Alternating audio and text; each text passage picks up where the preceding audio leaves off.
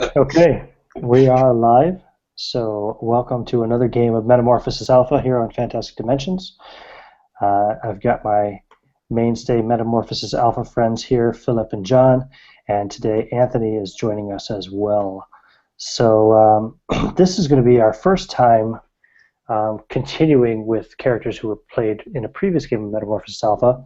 Philip and John will be reprising the roles of Black and Tortoise, who were from the Epsilon City episode, which is the second Metamorphosis Alpha game that I ran. So anyway, I will just go one by one and let you guys kind of, again, introduce yourselves, introduce your character, tell us a little bit about what your character looks like, just to give anybody who's watching this, maybe they haven't seen the previous episode, for example, so they know kind of what they're looking at when they see your character, give them a nice visual, and then I will set the scene for the opening. So, Anthony, I'll let you go first. Go ahead and tell us who your guy is and, what's special about him and what he looks like. Okay, I'll be playing Spike, a mutated human. He's average height but thin build. He's got quills coming, running up the lengths of both forearms, and his arms are covered in like leather sleeves that tie together on the back.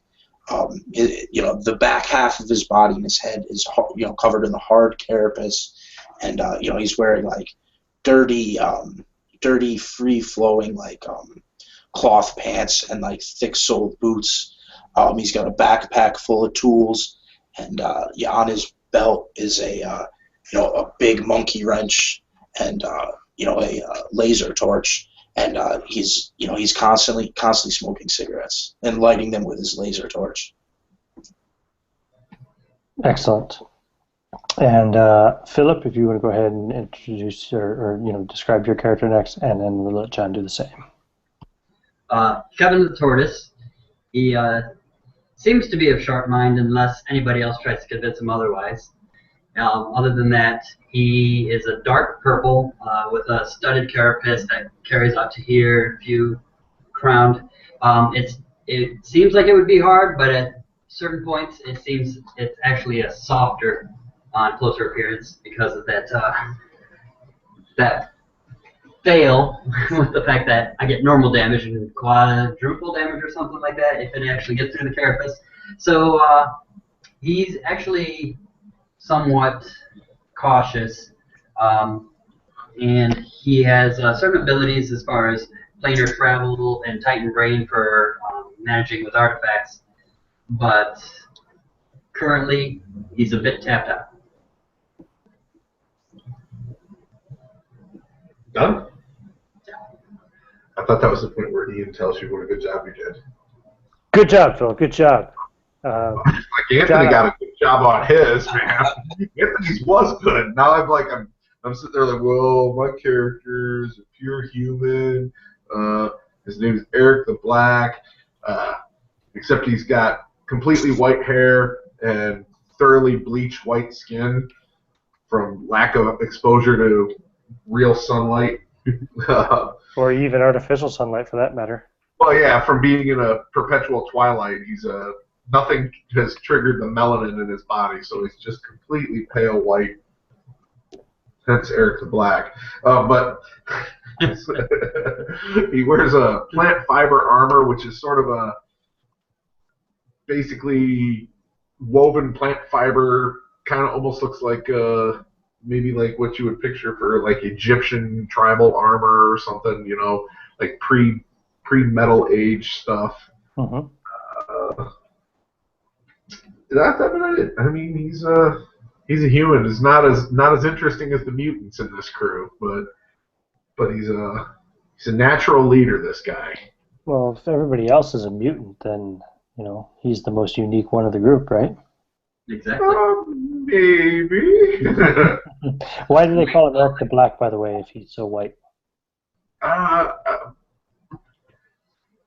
I'm thinking it's probably, I hadn't really thought that through. I just thought it was kind of funny. Probably started off as some sort of teasing thing in childhood, being raised with mutants and stuff, and them probably poking fun at him, Okay, cool. Because he's not a mutant. Right, very good. Yeah, I just thought that up on the spot right there. So Okay. you feel free to work with that. Well, you guys are still holed up in your kind of elevator shaft at the moment because it's a safe point. After the semi-failed endeavor to equip yourselves, you've been there now for a couple of days. Like I said, your other allies, Spider and Fangletooth. Yeah, Fangletooth. I keep wanting to say Snaggletooth. Fangletooth, they have gone off trying to find a source of water because you guys are running low on water. So you're in that elevator shaft waiting for them to come back. In the meantime, Spike, I'm just going to write all these names down again real quick so I don't forget. Spike, you are kind of wandering this ruined city. Now, it was a futuristic city, so imagine these huge skyscrapers made of, glass and duralloy and such, and they've just kind of wasted away over the last several generations, not being taken care of, not being used properly. You've been wandering through the city ever since you left the gang life, surviving on what supplies you've managed to salvage and find yourself. And you're traveling towards this huge tower, like in the middle of the city, that stretches straight up into the sky, as far as you can see, and beyond. So that would probably be, very much a draw to try and figure out what the hell it is. And so you've wandered, finally reached it. Yourself, you're pretty low on supplies, although you still have a little bit of water and a little bit of food left. When you reach this huge, gleaming, almost like a white metal tower, but at the same time, it's filthy and greasy and dirty in spots as well. You walk up, kind of cautiously approaching it, and the doors open up in the front of it, and there are two other mutants inside a large room behind those doors. Probably a little surprised to see you there. Yeah, we would probably be drawing weapons at that point and startled, standoff position. What weapon do you draw? You have several, as I recall. I'm going to draw my laser pistol. Yeah, it would be, I suppose I would go with the one that damages flesh. The protein disruptor? I don't know what it is. So one of them is pointing a laser pistol at you, the other one is pointing some kind of a disruptor rifle at you. So Spike jumps back and grabs the big monkey wrench. Like, this is like a something that might have worked on like a modern day ship or something like that, or a big rig, like a big two-handed kind of thing. And he's kind of swinging it wildly but low, like never bringing it above his shoulder. He's like, whoa, whoa, whoa, keep back. You keep back. He like takes one step back and he kind of takes one of the welding goggles and raises it up, like just kind of looking through that one like eye. It's like, who are you? What are you doing here? This is our spot. Yeah. What are you doing here? We've lived here for many moons. What are you doing here? Many moons. You've been here for a few days. I was just looking for something to eat, maybe a little water. I'm getting kind of low. It's like, I mean, how could you ignore this thing? It goes up forever. Yes. So, are you from another gang? Are you from this area? I'm not from around here. No, I'm not with a gang. Not anymore. He's kind of relaxing a little bit. His free hand like fidgets in like his like a pouch on his side and pulls out a cigarette, and he brings up like a laser torch, and he sets the wrench down and he goes to light the cigarette and he just lights the tip of his finger on fire and he doesn't notice. Whoa! Buddy, you're on fire. oh! And happens sometimes. smoke, and he offers a cigarette towards you. Oh, can you eat it? I guess. What is that? What is it? He tosses one to you. I'd look at it. Look, is it? Did he toss a lit one or unlit? Unlit. I take a bite out of the end of it and try and chew it up. Ugh. Terrible. Ugh. No wonder you're hungry.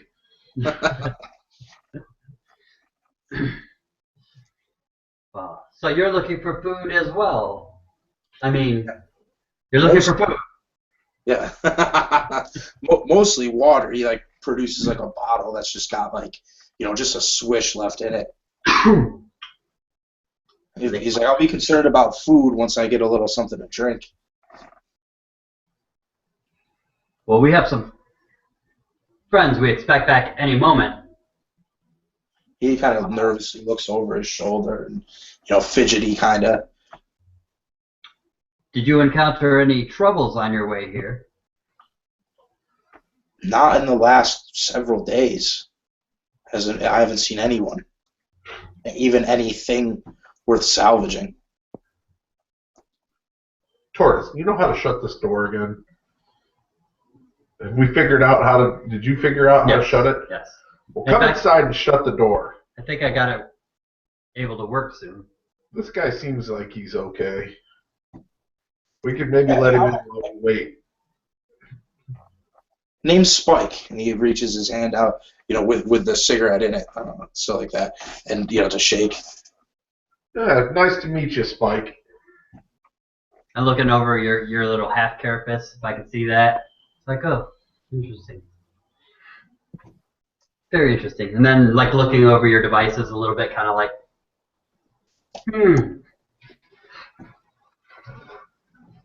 Well, if you come over, according to your question, Black, I think I've got this door closing, and I was opening and closing.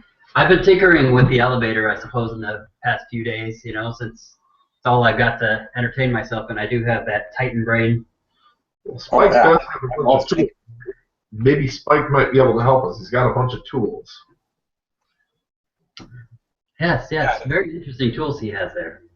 He pulls out a screwdriver, and he's holding the wrong end of it. He's like, I haven't quite figured this one out yet. That's exactly what I was looking for. Grab that.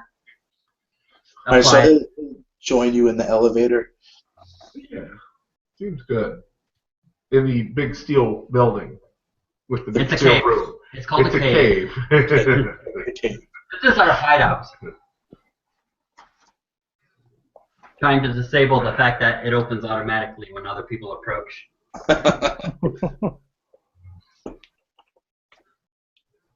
Well, what else does this?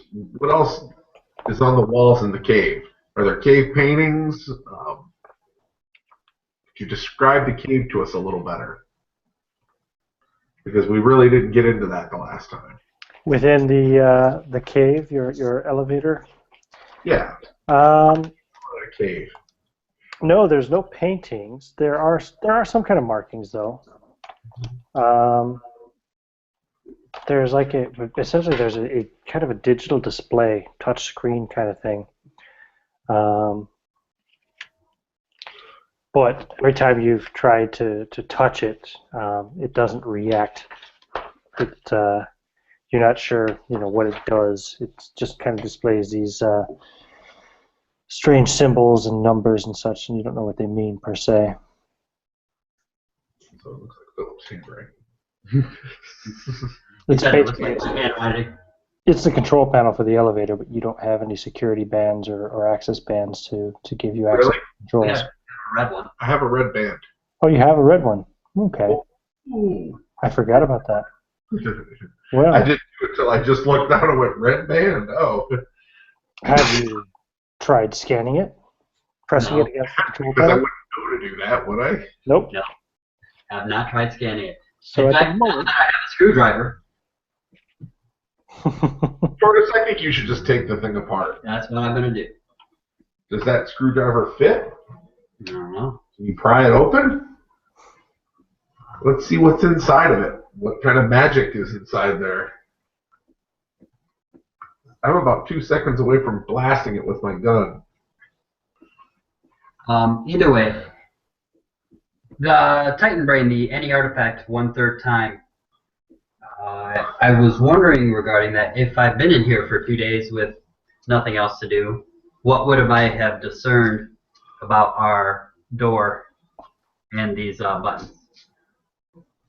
Well, the door obviously has some kind of a motion sensor, so that when somebody from outside steps in front of it, the doors open, as just happened when Spike approached it. When you wait inside long enough and nobody passes in front of it, it closes on its own. In fact, sorry, I should specify, that's the only thing you've been able to do when you do mess with the control panel is you can get the doors to open. There's a symbol on there that you've discovered is for opening the doors, but that's the only thing you've been able to get it to do so far is just open the door. Other than that, you've probably discerned that this panel, whatever it is some kind of it's obviously some kind of a control panel since you can access the doors for it, and you can tell it obviously has more functions than just opening and closing the doors. You're not exactly sure why they're not working. Maybe it's broken. You're not sure. It's some kind of ancient technology from before your ancestors were born, as far as you can tell. Mm-hmm. The whole thing it's lit by artificial light. It's not like out in the city where you have the kind of the sky above you. This is a closed room, but it has artificial light that never goes off, so it's never dark in here. What else would you have discerned? Is there a way to open the panel? Well, if you start looking through the tools that Spike has on it, you can probably figure out something, yeah. All right. Yeah, start digging through. Maybe Spike can help you.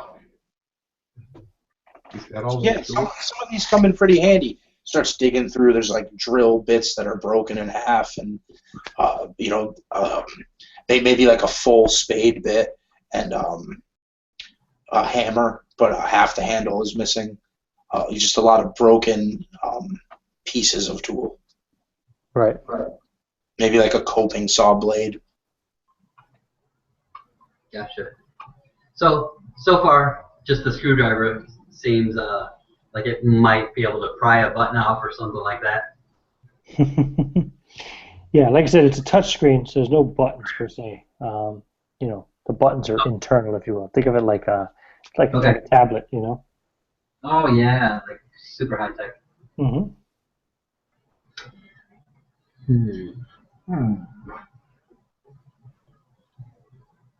Could always melt it.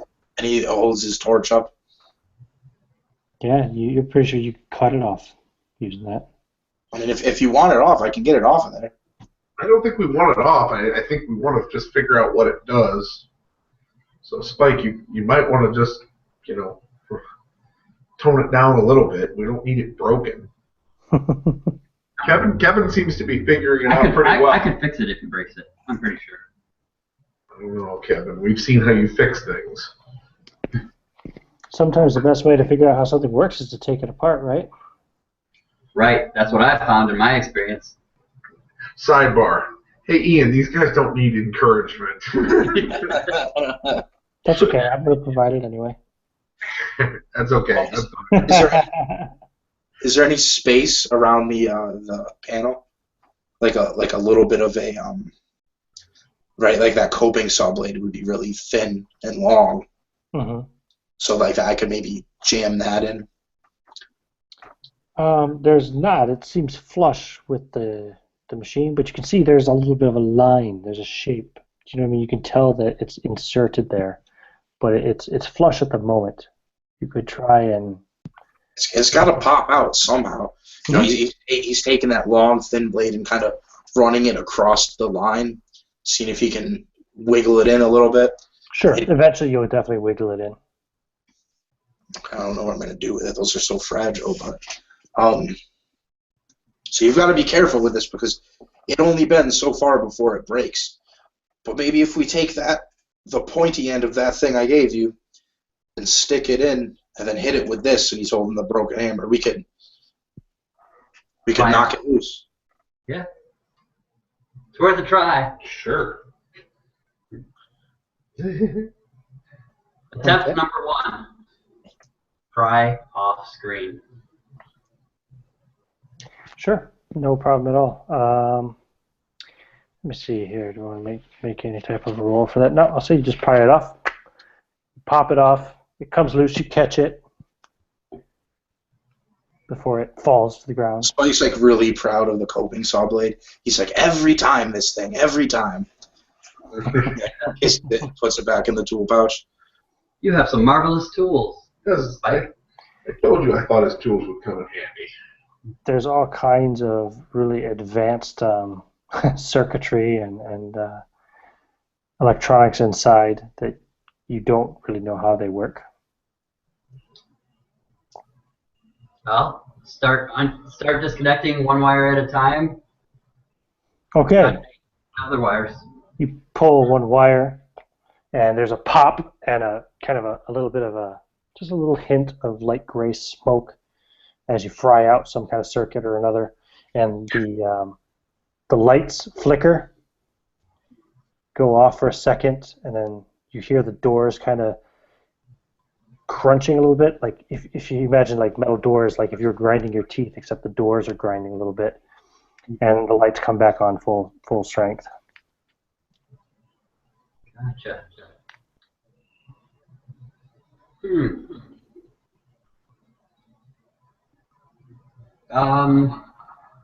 Let's see, I've got a machine.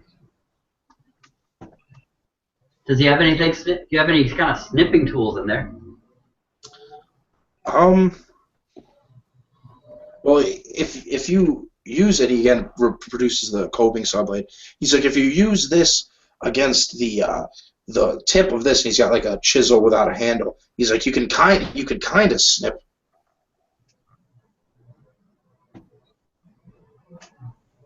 Sure. I'll start cutting the wires. Okay, you start cutting wires. You cut the first one, nothing really much seems to happen. You cut another one, and the lights flicker again, and you cut another one, and the lights go off completely. A klaxon starts to sound inside the elevator, and the lights come back on, only instead of being that kind of neutral white light, they are now like a reddish light. And this klaxon just keeps on going. And then you feel the ground shift beneath you, and you can all make dexterity rolls for me, so go ahead and roll a d20. You want to roll equal to or less than your dexterity score. I tied. Equal to or less than? Mm-hmm. I'm 1 under. Okay, Spike, you failed. Yeah. Black succeeded, yeah? Quite a margin. I tied, so I got 17. That's good enough, yep. So the two of them managed to stay on their feet. You're kind of thrown to the ground, Spike. All right, he drops the cigarette out of his mouth as he kind of yells out and tries to brace himself against all like as soon as the klaxons sound, like the quills on his forearms kind of stood straight where they're normally kind of curved backwards a little bit. And he's relaxed. And he's like, what's going on? I'll try to put the wire back.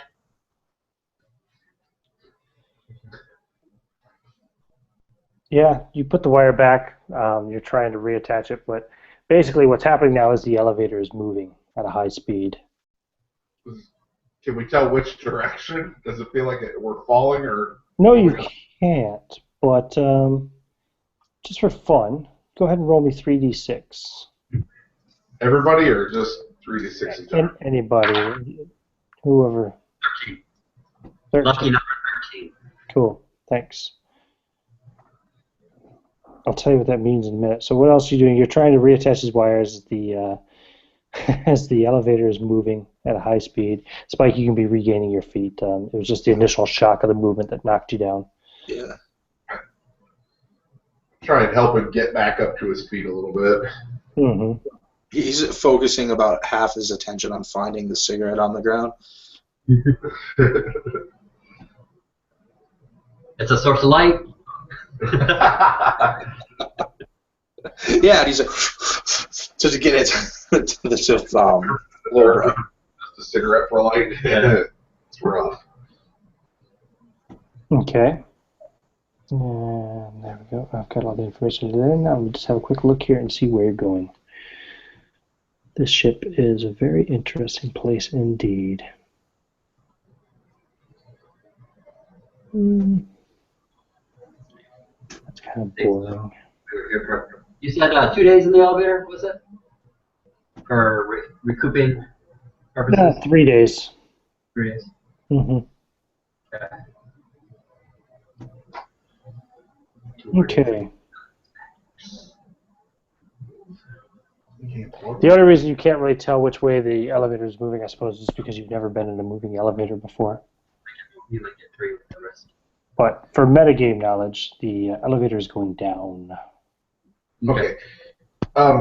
Just out of curiosity, in 3 days, what's the healing rate? Is it 1 a day?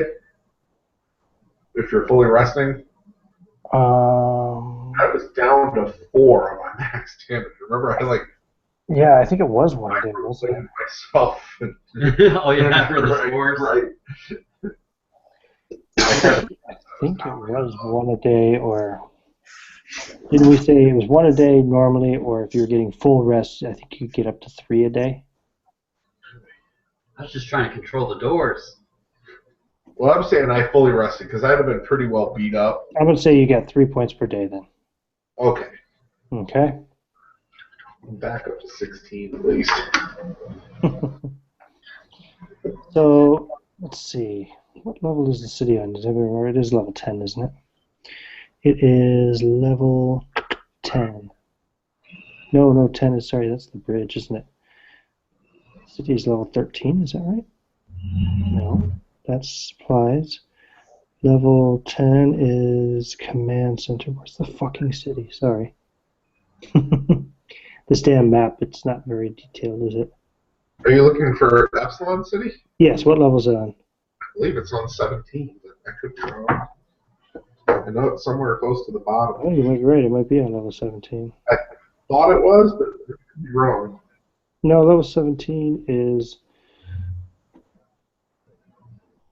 the Motors, dynamics. dynamos, etc. 16 is factories. 15 is Oh, the water 14. supply. 14, there we go. So yeah, okay. So you zip on down. Actually, I'm wondering here. 17 would be the top, wouldn't it? Or would 17 be the bottom? The bottom, I think it go top to bottom of the Warden. Okay. There's a cross section picture or something. Cool. Yep. Then, yeah, you definitely go down. You travel down. You're going a total of 1.5 miles. Yeah. Not even, actually. You're going down about 1 mile down. So I'm going to say the rate of speed this elevator is moving, you're going to travel down for about 2 minutes. Okay. Well, I'm trying to connect the wires. Yep, you get the wires reconnected after about a minute, minute and a half, but nothing changes. The klaxon is still blaring, the light's still red. And it's now dark outside the door, I'd imagine. What do you mean dark outside the door? The door's closed. Oh, the door's closed. Yeah. Yeah, the door's closed. And then the lift stops. Suddenly, everybody roll another dexterity check, please.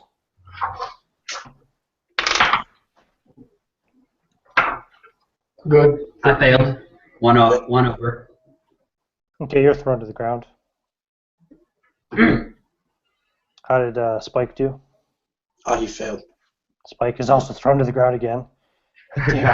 Just as he gets his footing back. It like stops, and he just like hits the ground again. Mm-hmm. Weebles, wobbles, and we fall down. And a voice comes over the comm and says, it's a voice you haven't heard before. It's like a strange, almost robotic type voice, it's like a human voice without emotion. It says, level 16, security team responding. I'm gonna draw my laser gun. What? Hello? Hello? What do you mean? And there's a sound at the door, and you can see, the sparks flashing on the inside of the door as it looks like something is cutting up the middle of the door from the base on upwards. There's a cutting torch currently working on opening the door. I would try the wires again.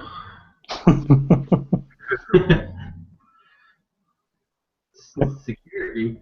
Your turn, Wise. I'm gonna Black draw is drawing his laser pistol. a laser pistol.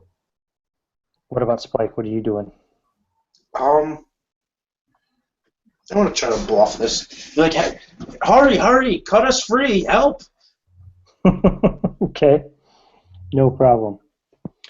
And it takes about 30 seconds after the welding goes up about 8 or 9 feet high. What did I say? These doors were about 10 feet high, so it goes the whole length of the door, 10 feet. And then you hear a crunching sound like metal being kind of bent and wrenched. And then the doors fly open. Uh-oh. And there's a big, what did I say? We're about 8 feet tall, the security robots in our previous game. From the factory. Yeah. Okay. Yeah. Pretty sure 9, but 9? Sure, we'll go with 9. I'm pretty sure they are 9 feet because I remember thinking they're the same size as wolfoids. Yeah. Wolfoids are only 4 feet tall. I know what you're talking about. Well, that's true, but Yeah, sure, we'll go with 9 feet. So there's this 9-foot tall robot standing there. And it's one of the security robots. So he has kind of like the humanoid type shape. He has walking legs, and he has 4 kind of extending tentacles coming off of him. And actually, sorry, he has 4 coming off from behind him, kind of. And he's got 2 in the front, which he's just used. Basically, they're the manipulating tentacles that he's used basically to wrench the door open. And his cutting torch is retracting back inside of his frame. Of course, you guys have never seen a security robot before, so you don't know what the hell this is. Either way, I'm freaked out. yeah, we're scared either way. It just cut its way into our cave that falls up and down. Yeah. But I do recall that I melted a can once with the sonic disruptor. Okay. It looks metallic, and it looks like it's threatening. Scares me. I'm going to shoot it with the sonic disruptor. Okay. You're going to have to draw your sonic disruptor. So That's what I'll Black, do first. I'll let you fire first if you want, because you already had a weapon drawn. What is it on there? Huh? To hit. I don't remember. I don't know. What's your weapon class for the laser pistol? Yeah, I need to. So it is a laser pistol. No, he's using a laser pistol. Okay. Cool. He has his laser pistol in his hand at the moment, yeah. What did you say? You did have your laser pistol in your hand. Right, but I don't know what weapon class it is. Sorry. I guess I'll find that for you. It's a weapon class 6. Class 6. Yeah, and you're going against an armor class 2, I think. I thought it was 1. Yeah, it is 1, you're right. So roll D20. A 2. I'd imagine that's not good. No, it's not going to be good. So you fire at it and miss completely. You're shaking a little bit as you're looking at this giant metallic man-like thing standing there with the big red single beam kind of, almost Cylon-like eyes, except without the windshield wiper effect. They have the same noise. Is that? So you fire and miss. Spike, I'll let you react if you wish. He hits the ground prone. Joe just drops down on the ground? Yeah. Okay. And then we'll go, I'll let the security robot act. Security robot says, what would we say? I'm trying to think of what a security robot would say. It says, do not resist, drop all weapons, and it opens fire on the man who shot at it. Drop all. Gonna dodge. So it has a slug ejector. Oh crap! So this is weapon class 5. I mean, that's basically like a projectile gun, isn't it? I mean, Right. Slug ejector. What's your armor class there, Black? 4. 4. 5, maybe. So yeah, it needed a 12 or better to hit, so it actually misses. Yeah. Once. Ricochet. Yeah, ricochets around the room, hits me in the back of the head. Blam! So you dodge just like you said you would. I craftily move out of the way of the slug ejector. What's your dexterity, Spike? 9. 9. Tortoise? 13. 13. And Black? 17. 17. So now we'll go in a real initiative order. So Black, you go first now in the next round. Need You're that the highest 18. dexterity. 10. Is there modifiers to your attack rolls in this game? I play too many different games through the course of a couple of weeks, and then when I get to this game, I forget what the rules are. Do you have any attack? No, I don't think you do you? I don't think so, you. Weapons combat. You roll a 20-sided die.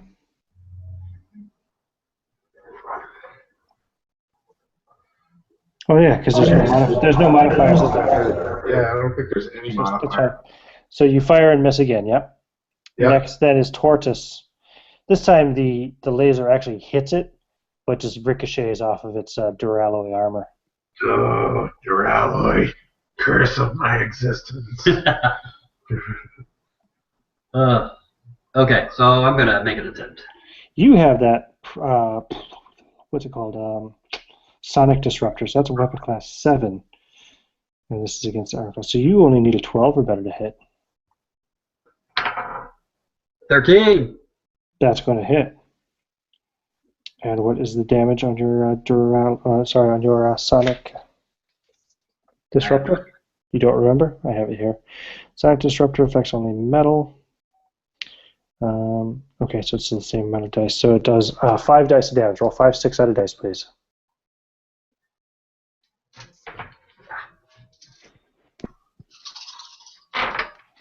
Yeah. 15. 15 damage. Yowza. How many hit points was I giving these guys before? They had a lot.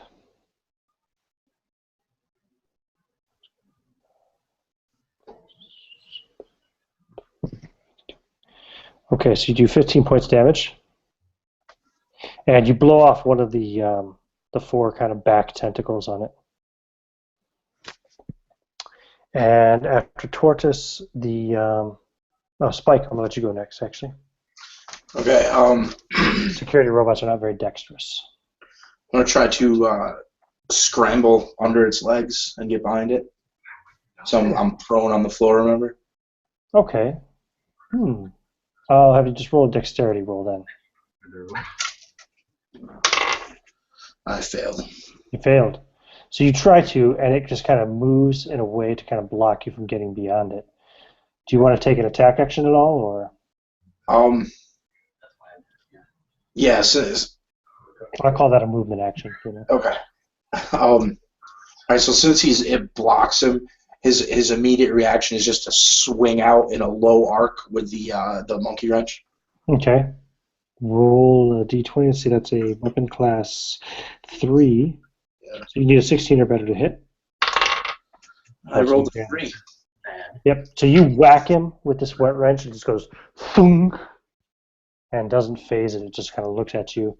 And this time, although it is very upset with the guy who just blasted with the sonic disruptor, I think it's going to look right over you and just ignore you at the moment, Spike, since you seem ineffectual against it. And it's going to lash out with one of its tentacles at the guy with the sonic disruptor, which is Tortoise. So what's your armor class, Tortoise? 3. 3. This would count as a bludgeon type. So it's a weapon class 3, and your armor class is 3, so it needs a 14 or better to hit you. It misses, so it lashes out at you with this tentacled, one of the 3 remaining tentacles on its back. And you can hear like a little bit of a kind of an electrical jolt coming out of it as it whizzes over your head. And we go back to the top of the order, and it's Mr. Black. Mr. Black is going to abandon the laser pistol and attempt to equip the vibro blade and advance towards it. Okay, so you draw the vibro blade. But sounds good to me. You can put the laser pistol away, draw your vibro blade, and step up to it. Okay. Tortoise, your turn. You're already hitting it with this sonic disruptor. If you can hit it again, you're going to do more damage. I was like, woohoo! Remember, these disruptors and lasers and stuff, they do fail. damage over time if you can maintain contact. Yeah. You fail. No, Okay. I did not. Unfortunate. And then Spike is back to you again. Okay. So I'm blocked in the path by the reverberation of the monkey wrench. Yeah, it's essentially standing in the doorway with its various tentacled arms kind of blocking you from getting through the door. And how tall is it? About as tall as the doors? It's about 9 feet tall. The doors are about 10 feet tall. I'm going to try to like scale up it. Okay. It will try to prevent you from doing so. Go ahead and roll a strength check, I'll say. On the D20? Yep. Okay. I've passed. Okay. So you start climbing up on top of it. I'll say you get right up to its kind of shoulders, and you're about to go over the top of it. You want to try to get down behind it? No, I was thinking more of laser torching its head. Okay. Because it was a complicated action and it was resisting you, I would say that was essentially your action to get into position. But you're on top of it now. You're like sitting on his shoulders. He's just holding on. He's like having a ball. He's like, woohoo! And then it's the security robot's turn. Let's see. The disruptor boy missed his time. This guy stepped up to it with a vibroblade, and there's another guy sitting up on its shoulders. This time I'm going to randomly determine a target. It's going to attack, again, the guy with that disruptor rifle, though, because it knows that hurt a lot. And it fires a slug at you. And misses you again, I think, Phil. Let's see, that's a weapon class 6 against armor class 3. Yep, it misses again. It fires a slug, and you dodge deftly. This is the most inept security robot ever. And we go back to Mr. Black. I'm going to attempt to hit it with a vibroblade, although as I'm reading, I'm trying to find... Fiber weapons are weapon class 9. Against armor class 1, you need a 10 or better to hit. I rolled a 20. Okay, you hit. Does it give me double damage? No, there's no critical hits. Dang it, Jim Ward. Damn you, Jim Ward. Why can't I kill a security robot? You do damage, though, so your vibroblade against a... would this be a humanoid being, a mutated creature, or a true human? I'm going to say it's a mutated creature type as far as damage classes go. So I'm going to say you do 10 dice of damage. That's 10d6.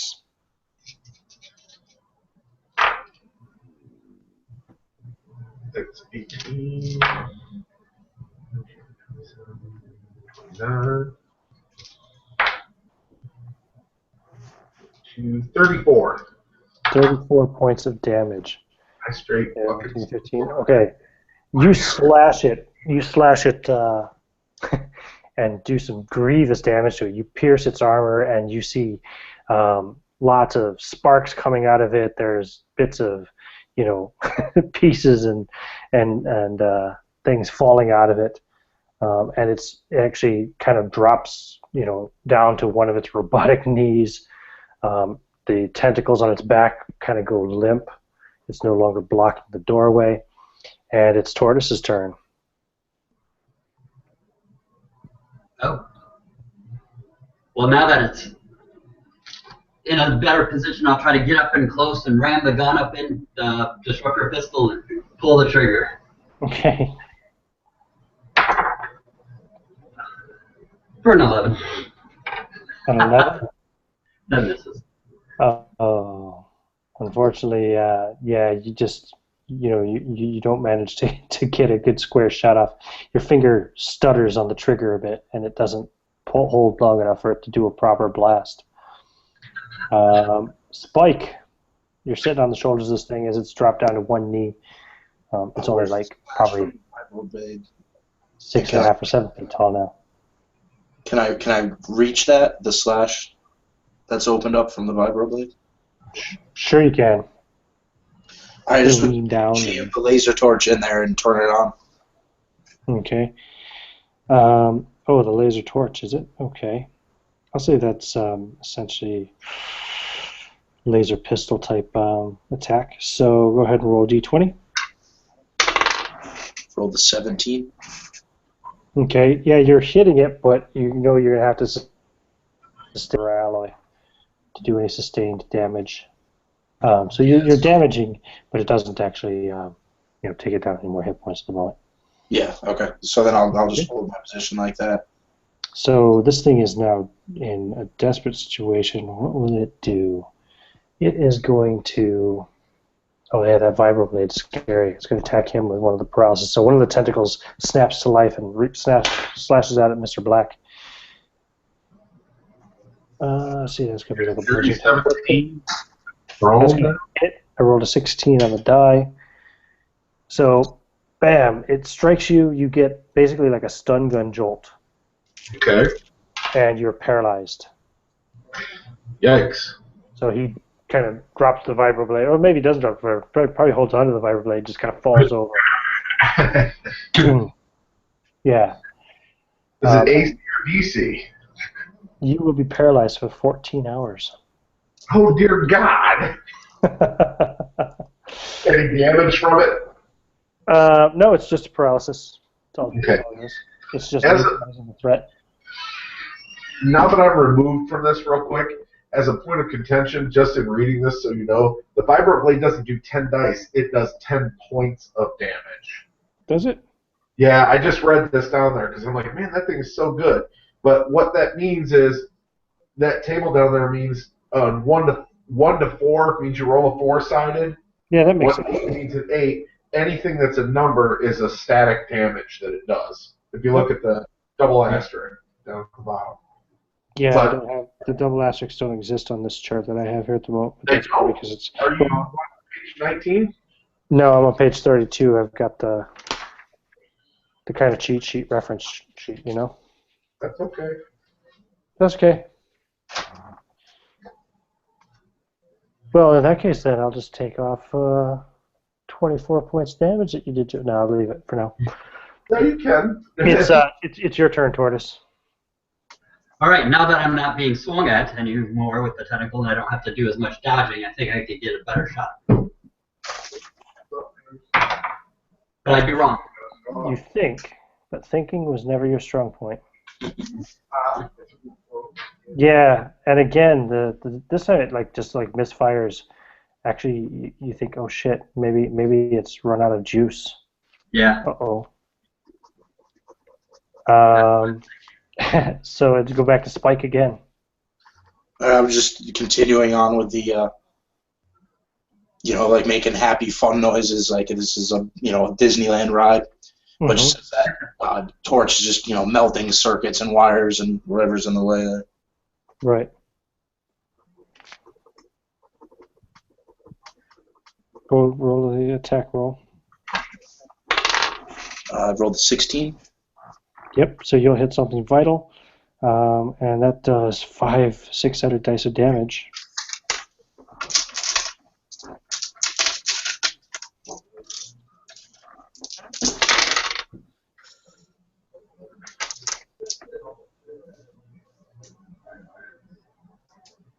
$23. Yep. So that's going to finish it off. Do you want to go ahead and describe how you just finish this thing off? All right, so the cigarette's hanging from his mouth, just a little tiny bit left. Ash falling in a fiber blade wound, and the whole thing's shaking, and he's got his legs wrapped around the thing's shoulders, and he's just holding it in there, and smoke is coming out, and like molten plastic from wires and metal and stuff is dripping out of the bottom of the wound, and the tentacles try to come up and.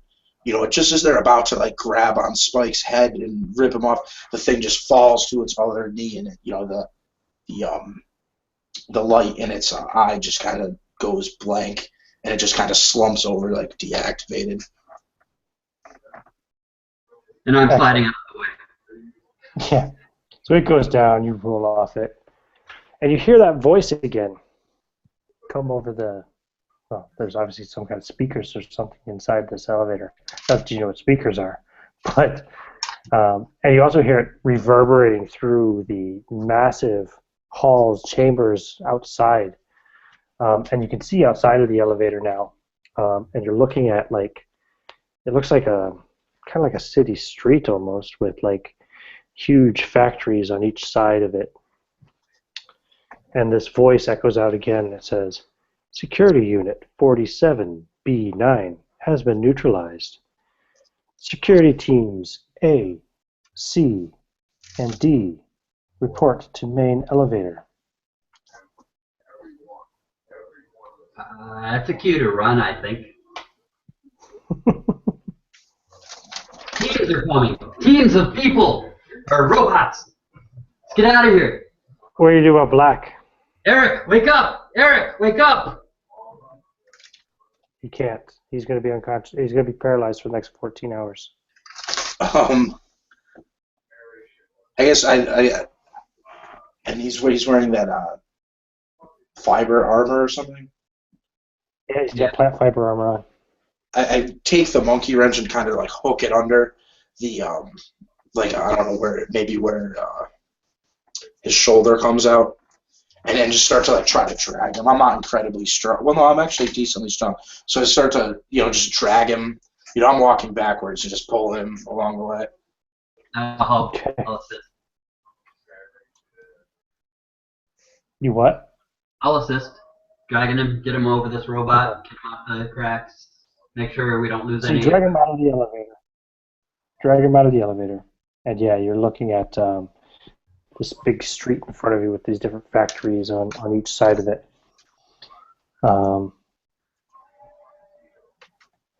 Think of it kind of like you've been here before, Philip. Actually, in the last game we played, this is the same level that the last game took place on. But think of it like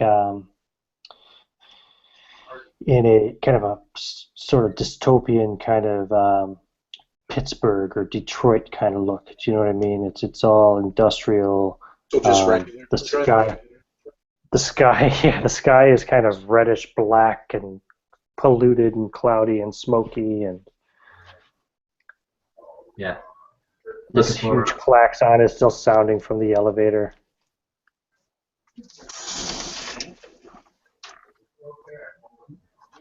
Looking for a non-lit area for hiding. Okay, I'm trying to pull them into one of the factories, like one of the ones that's not lit up. Yes. Yeah. Okay, I'll say you can do so. So it's big, like kind of 3-story factory. It's dark. There's nothing working inside of it at the moment. In fact, technically speaking, except for the automated ones, really most of the factories aren't working at all at the moment. But you can hear noises on the street. You hear the loud, heavy, metallic footfalls of more security robots coming down the street, advancing on the elevator. Continue moving to as much of a dark place as possible, because if I was a gang, they would be searching local buildings, so just try to keep on the move. Mm-hmm.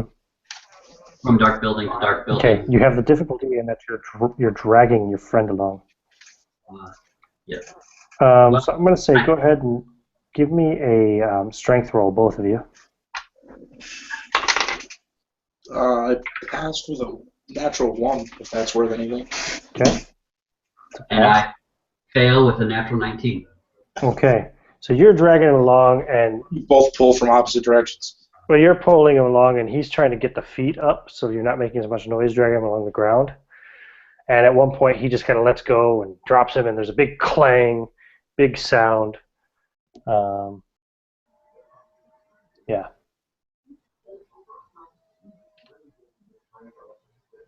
Is there any place we can stash him? It's up to you. You can leave him anywhere you want. Not in the open. Yeah, like a pile of debris or... A crate. Sure, I mean, you could try to jam him into some kind of a crate in this factory. You could try to jam him into a machine somewhere. Put him into one of the furnaces. That sounds perfect. I mean, the factory's not operating. Yeah, put him in like an exhaust port to a furnace or something. Okay. Yep. You guys can get him jammed in there. Okay. You hear the sound, clink, clink, clink. They're coming up the stairs. What's above us? Another level of the factory, you figure. We got to go up and try to get the drop on these things. The thing was pretty tough, and if we've got teams, I think we're better off just running. Take the vibroblade and I think run out the other door. If we're on the first level, we can run out a back entrance. Well, you know, if that's what you think we should do, you know what? Why would I argue? Let's go. I'm following you. Yeah, that's all right. So I'll try to climb up to like a catwalk. Like a catwalk area? Yeah. Cool. Yeah, we can do that. I'm giving you guys pretty good agency here to, you know, like I'm making this shit up on the fly too. So, did you want to try to take the vibroblade? Yes. Said there, Tortoise. Roll strength check. 8. Under an 11. Another 11. Yep. It's hard at first, but you managed to pry the fingers open and get the vibroblade out of his hand. Okay. Because he's paralyzed. He's got like a death grip on it, kind of thing almost. I'll hand it to the other guy. Since I had a weapon that's possibly suitable and this one seems suitable, I'll hand it to Spike. All right. Yeah, he'll grab it. Okay. And climb up onto this catwalk. Yeah. Yeah, you guys just get up there just in time, and you see the lights pouring into this dark area and scanning around as you see 2 more security robots enter the room, this huge manufacturing room that you're in. And they start walking along the floor and scanning along the ground with their lights. I will try to hide. They focus on an area, and they both turn both of their lights, because they each have 2 of these lights on this area. And you can see the area they're focusing on is right where you dropped Black as you were carrying him along. And you can actually see there, because this factory it's dusty and kind of greasy, there's a big smear and mark on the floor. And actually, as they're shining the lights, you can see, oh yeah, there's footprints as well from where you guys were walking around and disturbing the dust and oil and stuff moving around in this place. And now they're approaching that location where you dropped. Spike will like root around in his tool pouch real quick and grab a broken hammer or something and just whip it as hard as he can, like at a 45-degree angle like from. Mm-hmm. I don't know how to explain what I'm. I want to another part of the factory, yeah. Yeah. So and then they stop and they turn and they focus their lights over to where the hammer landed. Yippee-ki-yay! And he jumps with the vibroblade. Okay. Go ahead and roll attack roll. You need a 10 or better to hit. 5. Oh, shit. Roll a dexterity check as you hit the ground, having missed your attack. I made it by 1. Okay. So you will only take 1 point of damage as you kind of turn your ankle a little bit as you land behind this thing, or behind these two things. I'll let you decide if you want to take an action toward us. You want to do something maybe from up where you are, or do you want to see how this plays out? Yeah, I'll check the sonic disruptor, see if I think it'll get. Do I think it'll shoot anything anymore? It's humming. Okay. I'm gonna brace myself up on the railing that I got. Try to take steady aim. Maybe even take a round to do it, because I haven't been exposed yet. But in fact, I will do that. I'll take a steady aim. I'll take a round just to aim, make sure I get some kind of steady shot at these things. But Okay. So then we'll go to initiative order. So it'll be you first. me first. Okay. Yep, you first, Taurus. Oh, no. I need a new die. What did you roll? 2. Oh, crap. Roll a dexterity roll for me again there, Spike. I pass. Okay. So you managed to dodge out of the way as this disruptor blast comes right down to right about where you were kind of crouched and trying to stand up on the ground. Your friend almost blasted you with it. But you dodged, you managed. And what do you want to do then, Spike, as these two security robots? Well, now they were rounding on you, but now they're kind of looking up and they see, their lights beam right on the catwalk, and they light up where... Taking the momentum from his dodge, first he screams out, "Watch it!" And how he's gonna try to vibroblade through one of the legs. Roll to hit. 10 or better. 15.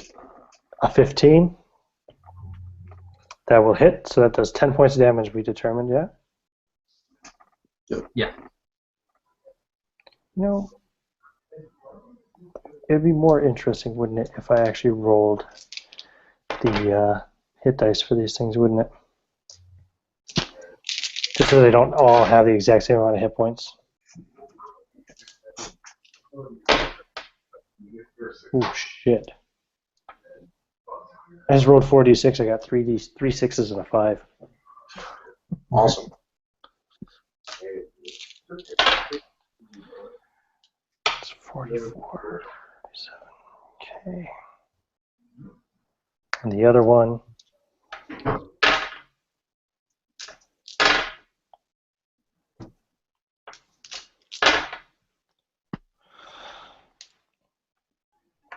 Okay, cool. I've got their hit dice determined.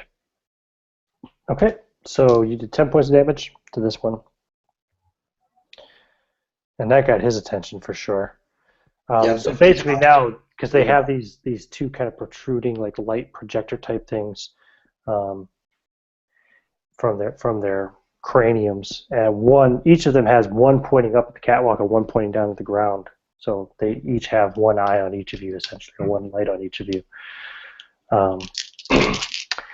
So then it's their turn. So the one that you just slashed at with the vibroblade is going to return the favor by striking out at you with, I suppose it would use. Yeah, it'll use the paralysis thing again, and it misses you, so you dodge. They got like Doc Ock kind of, 13-foot long tentacles. Yeah. They can't use the paralysis thing though against the guy up in the catwalk because he's too high above them. I'm going to say you're about 20 feet up off the ground there. Although they're 9 feet tall. No, I said they can't reach. I'm going to stick with that. Instead, it shoots at you with slug. Shoots at you with slug projector instead. Yay! Which is That's 5. What was your armor class again, Philip, real quick? 3? 3. Exactly a hit. Okay. So it hits you with a slug projector. The damage on which slug projector does 2 6-sided dice of... Oh, it's subdual damage. Interesting. So that's going to do 8 points of subduing damage to you. Okay. And then it's back to Spike.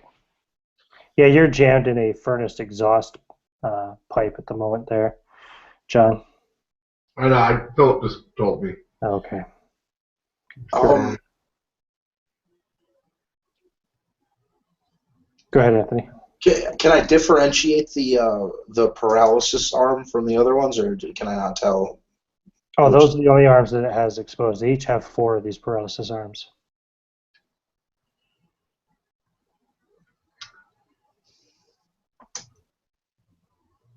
Essentially, these things, actually, the more I think about it, they're kind of like a, with all these different projections, they're almost kind of Dalek-like, I suppose, in that sense. But they each have 4 of these paralysis arms that are about 13 feet long each, and then they each also have 2 kind of more manipulative type. Were they firing like a paralyzing energy, or is it No, think of it kind of like it's almost like a stun gun type thing where it has to hit you. Okay, can I try to grab the arm and wrestle it into the other robot? Well, you can certainly try, yeah.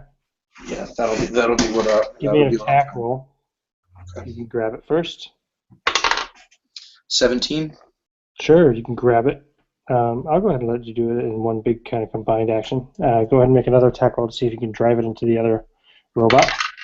6. 6. You're trying, but it's wrestling you a bit. What do you want to do, Tortoise? I want to run, but You're on a catwalk. I'm on a catwalk, and I don't want to be alone in this world. So I will try to blast them again. Aim higher, so that I try not to aim at their. I try, What's your not dice so bad, bonus? but whatever. And I roll 3. A 3. Wow. Okay, go ahead and roll another dexterity check for me there. This time I'm going to say I'm going to reduce your dexterity. Essentially, what's your dexterity normally? 9. 9. Since you're wrestling with this thing, I'm going to say your dexterity is temporarily a 6. 11. I failed. Limited movement. Okay, that vibroblade you had.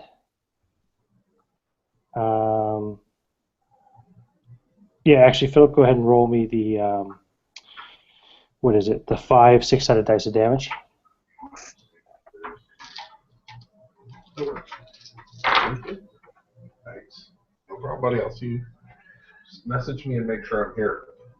12. All right. Well, Somebody okay. will break block. So everything that you have on you that's made of metal takes 12 points of damage. So I'm going to say that's enough to effectively disable the vibroblade.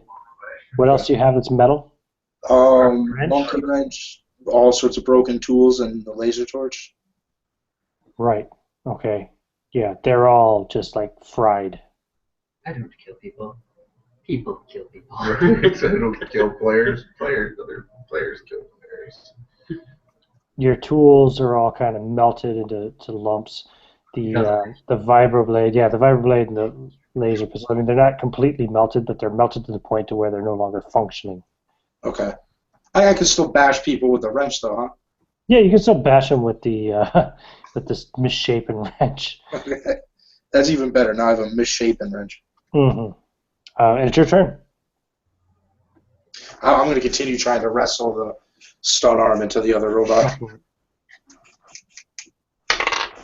Natural 20. Yeah, okay. I'm going to say, since you rolled a natural 20, that's going to hit it. The question is, would a paralysis attack, what would that do to a robot? It's essentially a stun gun. What do you think a stun gun would do to a robot? It's a really high-power stun gun, mind you. You knocked John out for 14 hours. Or probably overload circuits or flip breakers or something. I'm trying to think electrically. It could work the same. Sounds good. Yeah. Fucks it up. And its arms kind of like twitch out as it's being like shocked just for a split second. And then it just like seems to go inactive. Its head drops down, its arms drop down, tentacles drop down, etc. And it's now just not moving. Yeah! Yeah. And then it's the other one's turn that you are wrestling. And what is it going to do now? Let's see. Yeah, it's not worried about the guy up at the catwalk. He seems to be on its side. So it's just going to try to hit you with this paralysis thing. And it misses again. And it's your turn then again, Tortoise. Gonna keep at it. If I keep blasting enough, eventually I'll hit it. Or not. Another 3. Are you serious? It's all part of the story, man. It's all part of the story. The robot! The robot! Oh my god, roll another dexterity check then there for me there, Anthony. I pass. Okay, good. Even with the modified... Good. So he doesn't manage to shoot you, but he almost shoots you again for the 3rd time. You really don't like me, huh? And it's your turn then, Spike. I'm going to try to shock this guy with his own arm. Sure, why not? I rolled a 3. Nope. He's like just kind of flipping the arm around and pushing you back. He is then going to blast you with the slug projector. And that's a natural 20. So that's going to do 8 points of dual damage to you, Spike. And it's back to Tortoise again. Now, I only just met you. I haven't quite formulated how much I like you or not. And then I roll a 15. And you hit, that hits, does it? Yeah, it does hit. You need a 12 or better. So roll your 5 dice of damage.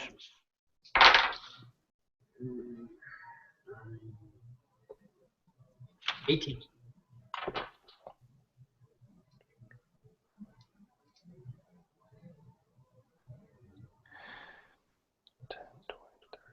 Okay, got it. Cool. Yep. You blast it, and you see some of the Duralloy armor melting on it and stuff, and 2 of the process arms kind of go limp, and one of the slug projectors. I would say slug projectors are like its natural arms. One of the, basically all the arms on the left side of it kind of go limp. What do you want to do then, Spike? I'm going to keep trying to zap it with its own arm. Go for it. I have a question, though, about some of my mental mutations. I have mental paralysis and mental blast. Mental blast says mind damage and mental paralysis. Would those be effective against robots? Do I not know? Okay. No. You might not know, but no, they wouldn't have any effect against robots, unfortunately. Okay. I rolled a 7.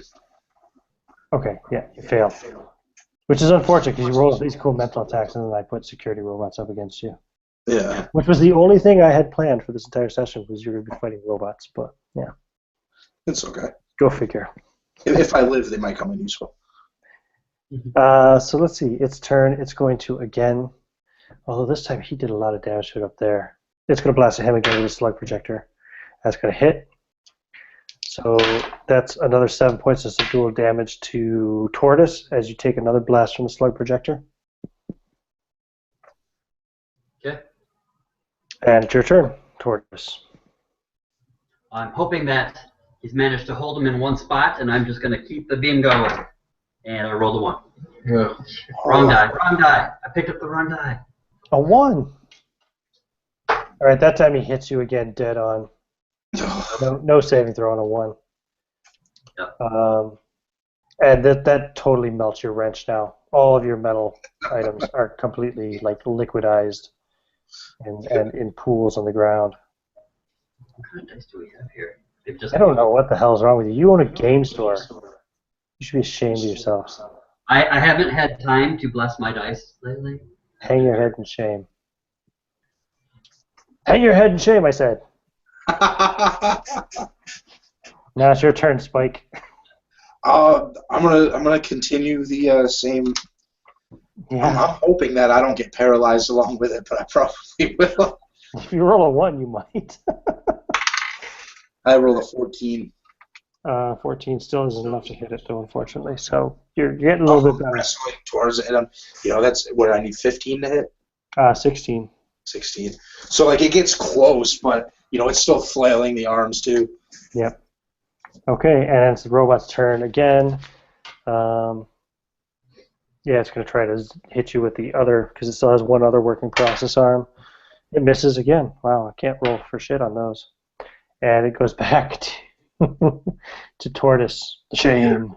The shame. Oh, what kind of horrible thing are you going to do to Spike this time? Still missed. Still missed. Okay, he's up there. He's on this catwalk. He's maybe he's afraid of heights and didn't realize it. He just can't get a good shot off of this thing. And it's your turn again, Spike. Oh. You're still doing the same thing. You're still trying to wrestle with this tentacle. That's my plan. 4. So you're going forever. Okay. This time, let's go for. It's going to try to toss you off of it. Roll a strength check. At the modified rate? Just roll a d20 and roll under your strength. Okay. Oh no, it was my dexterity that was modified. Yeah, that was only because, that's right, yeah. I passed. You passed? Okay, well, you actually failed your strength check anyway. So yeah, it tries to whip the arm out to try to throw you off it, but you hold on. And you pull it back down with your body weight. And it's Taurus's turn. Oh no, so that was your turn. So that was its reaction against your 4. It will blast another slug projector round at Tortoise up above and miss this time. And it's Tortoise's turn. Oh, okay. In my fire hosing thing, somewhere along this path, I might hit it again. 16. Nice. Yeah. That's a hit. Roll 5d6, please. Ooh, lots of ones. I love ones. Obviously. How much? Okay. 12. 10, 11, 12, 5, 10. It may be worth mentioning that I've fired a total of 13 shots from this gun since I found it. Okay. Noted. Okay, and it is Spike's turn. It's still going, but it's definitely badly damaged now. It's kind of on its last legs. You can tell. 11. 11. But you're still wrestling with this tentacle arm and just cannot bring it back to bear. So it will again try to paralyze you. What's your armor class? 6. Looks like it has beanbags. Oh, wow. 6? Yeah, it only needs a 9 to hit you. It hit you. You were paralyzed. Bam! It hit you with the other arm. Kind of pinch with you. It's holding it. You're holding onto the one arm, and the other arm just goes up and this goes. And you're going to be out for 16 hours. So you go you're paralyzed now as you're holding onto the arm. So you're actually attached to this thing's arm at the moment. Am I aware? Interestingly, I think you would be. As would be Black, who's currently stuffed into it. It sounds like clenching the cigarette, the last little roach of it, and just. That's true. So you're aware of all that's going on. You can hear it all going on outside the exhaust. Hear it all. You can't do anything about it. Yep. And it's your turn then, Tortoise. You're the only one remaining. Just you. Well, now that I'm not trying to miss my allies. 17. 17? Sustained blast. 2 in a row. 10d6 damage. Oh. In fact, no matter what, it only has 7 hit points left. Why don't you just describe to me how you finish it off? With renewed resolve, I grit my teeth aim with one eye and just kind of hold it there, shaking, hoping, praying, being like, I'm going to save you guys! And it kind of melts and disintegrates while at the same time his backpack is affected and it just kind of melts through his leather on the back and falls to the floor. I'm not sure if It doesn't have any effect against leather. It only affects metal. Well, my allies' wrenches and stuff. Oh yeah. Oh yeah. Inside of his back, yeah, they're all liquefied. But of course, he doesn't feel a thing. No, No, he doesn't. but He doesn't if feel a thing either. As I could start swinging the pack around it and stuff with it. So as this thing collapses, it drops into the ground. He doesn't feel that either. Right. And you hear, and you realize you heard a voice going a few rounds ago, but you weren't paying much attention, but you hear the voice again. Security Unit 32A4 deactivated. Security Team A, B, and C report to Factory 27D.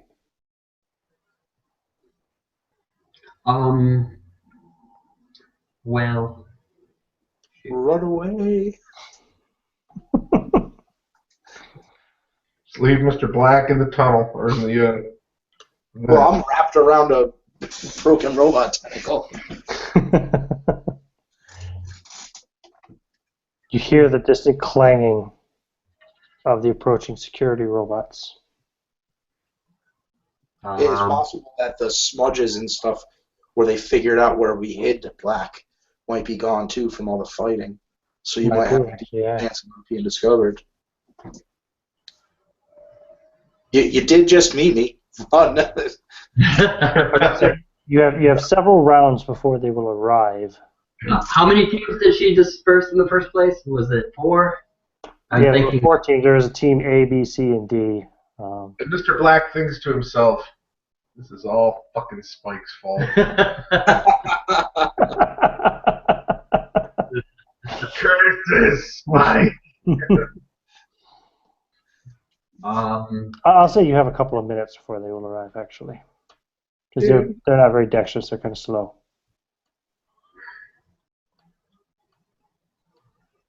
Would it be possible to, in quick analysis, to melt the doors shut with this weapon? Yes, but you do remember that they cut through the doors. They cut through the elevator doors, so they'd be able to cut through it as well. And the floor of this factory is made out of... Not really sure. Do you want to climb down and check it out? Well, when I walked on it, did it sound metallic or... No, it seemed more like concrete or something. Okay. Ah, shit.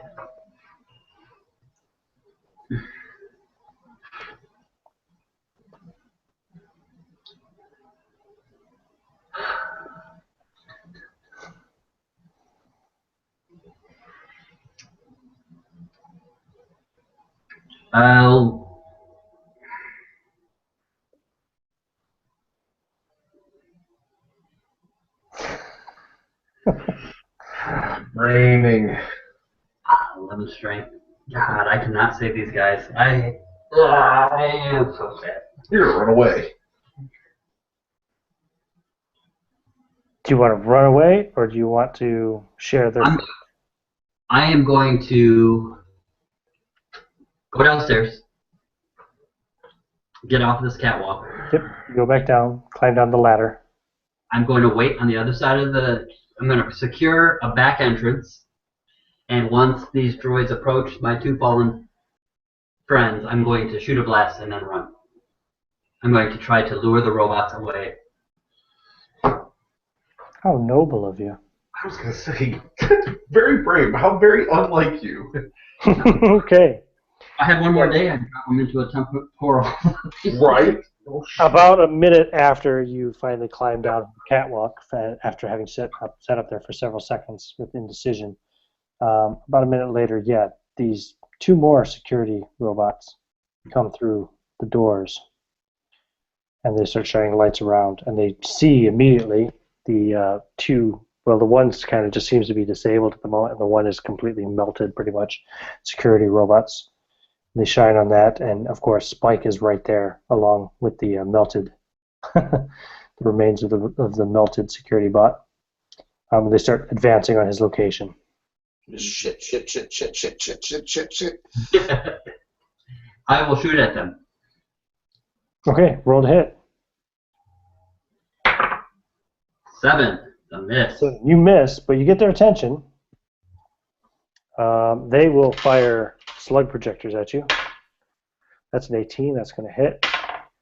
That's a 2, so that one's going to miss. So the 18 does 5 points of subdual damage to you. Okay. Subduing damage, I'm guessing it's basically just kind of like non-lethal damage. Yeah. And it seems to me that they're beanbags, like from shotgun beanbags or something like that. Because they obviously are subduing robots, but outside of their laser cutters. Those rubber bullet things. Rubber bullets, yeah.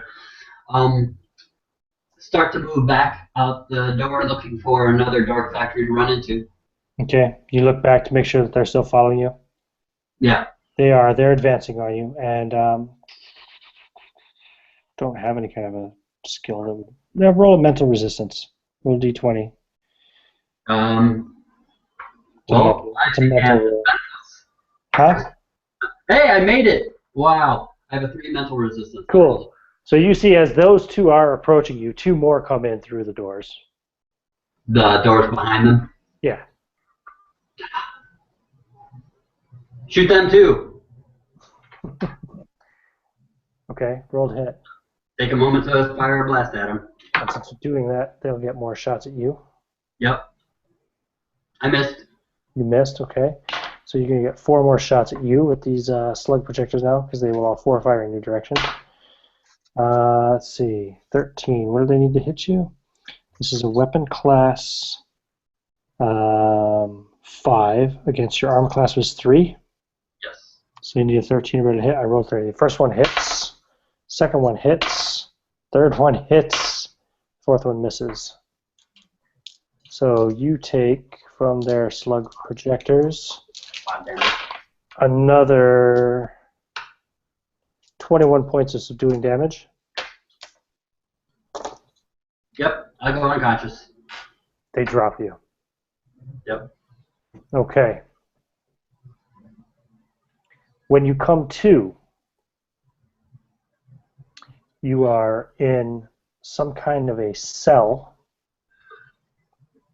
with probably about 24 humanoids, mostly mutants. In fact, they're all mutants except for Mr. Black, who is still paralyzed. So they did drag me out of it. Oh, they found you. Yeah, they found you. Yeah. And Spike is there, also still paralyzed. In fact, Spike will be paralyzed for a couple hours longer than Black will. In fact, we could say that Black is just coming out of his paralysis as you come to, and you guys are in this horribly tight cell, duralloy bars, with all these other mutants who just look miserable in there. They look like they haven't been fed in several days. They're dehydrated. They're looking at you with kind of like just a defeated look on their faces.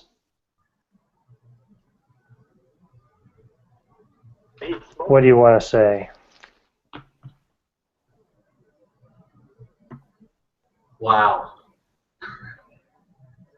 Everybody's declothed, some in armor, some not in armor. What? You guys really took care of that one. Yeah, some of them are in armor, some of them are not in armor.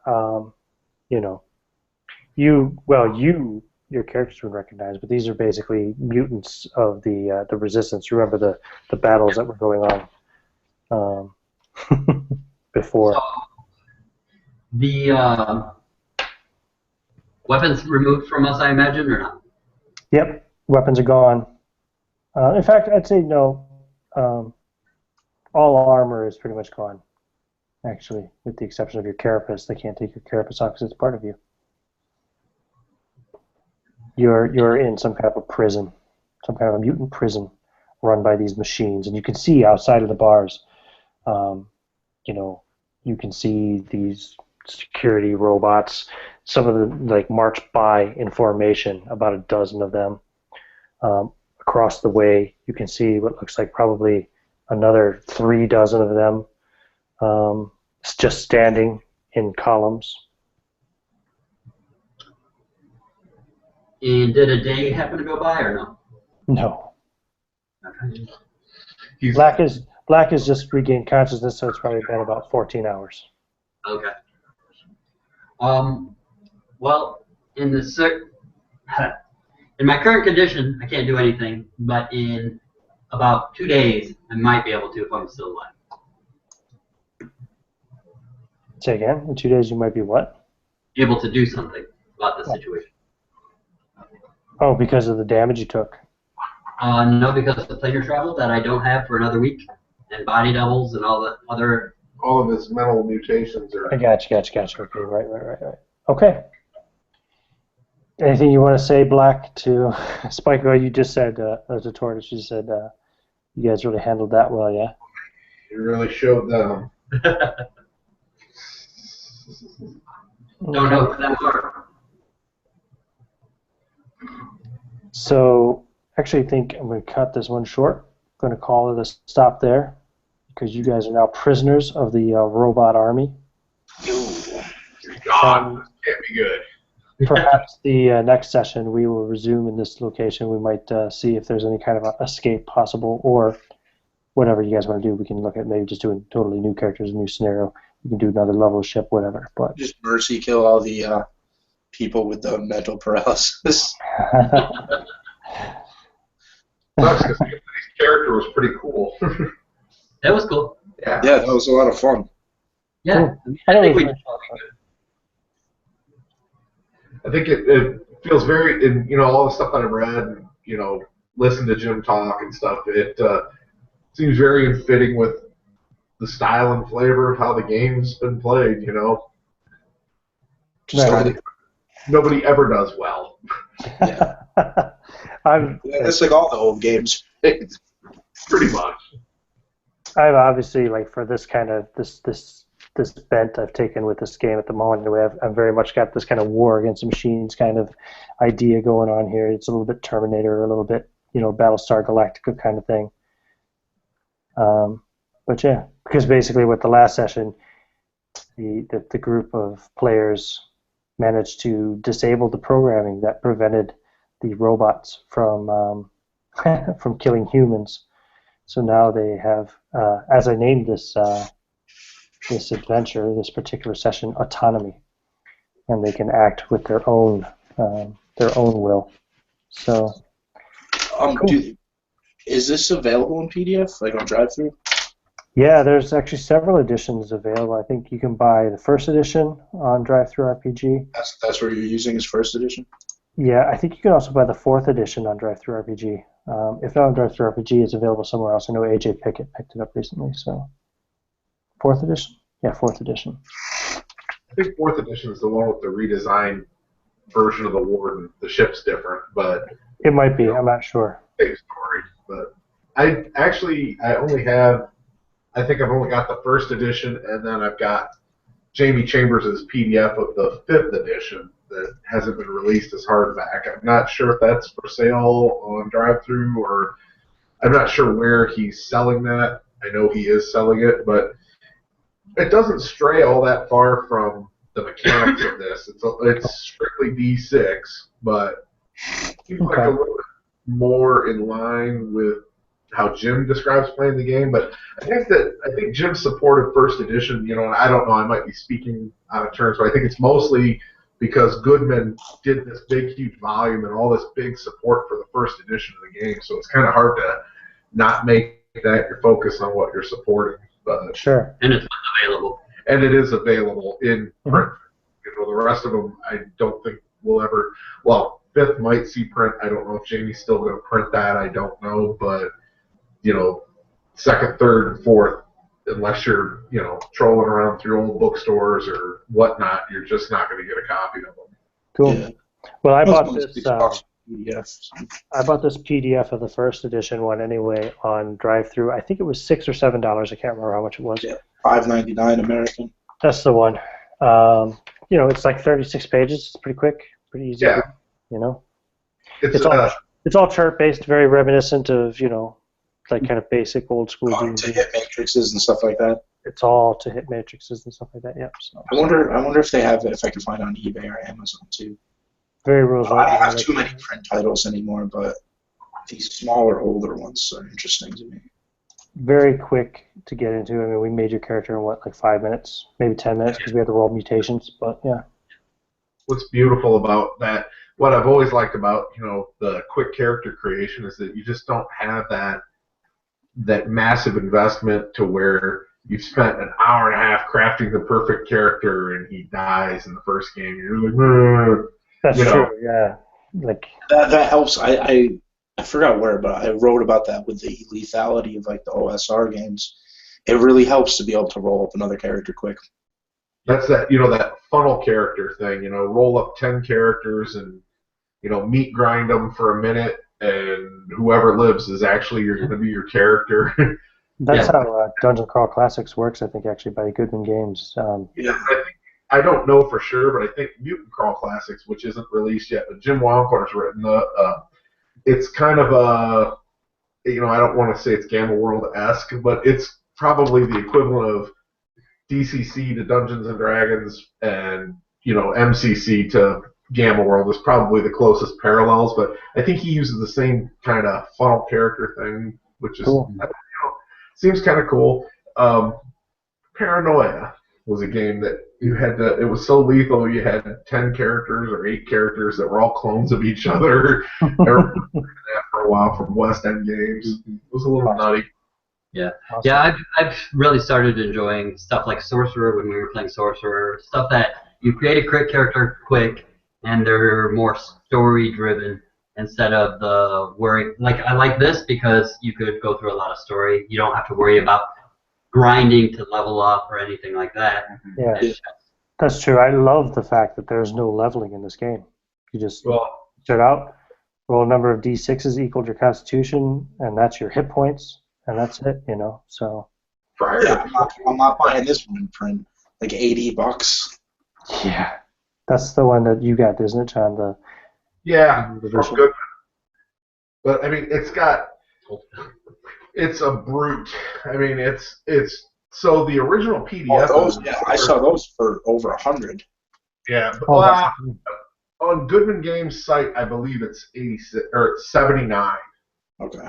You can get it from Goodman Games directly, and it's still in print. But the nice thing about it is it's got a collection of all the Dragon magazine articles that were written like by Jim Ward about androids on the ship, robots. There's Sakurada that I actually didn't you have the shorter thing? Did he have shorter as one of his defects or something? Mm-hmm. Yep. You thought he did. Okay, because there's a correction in one of these Dragon articles on how to do shorter. I just thought it was interesting. Oh no, I didn't have shorter, but we thought. I thought you did, but yeah. It's still great. I'm interested to see the correction. Cool. Because I mean, if I was an inch, I'd be like Ant-Man. Which might not be bad, right? No, interesting. I'd probably say you're like an automatic armor class 1. You're really hard to hit or something. But at the same time, you have one hit. If you get hit, you're dead. So. You just get stepped on and die. Or just say automatically. You can only be hit with a critic. You can only be hit by a 20, but you have 1 hit point. So, all right, cool. Well, I'm going to stop this broadcast then anyway. So we'll look at doing this again in a week or two. So thanks for running the game for us, Ian. Once again, had a blast.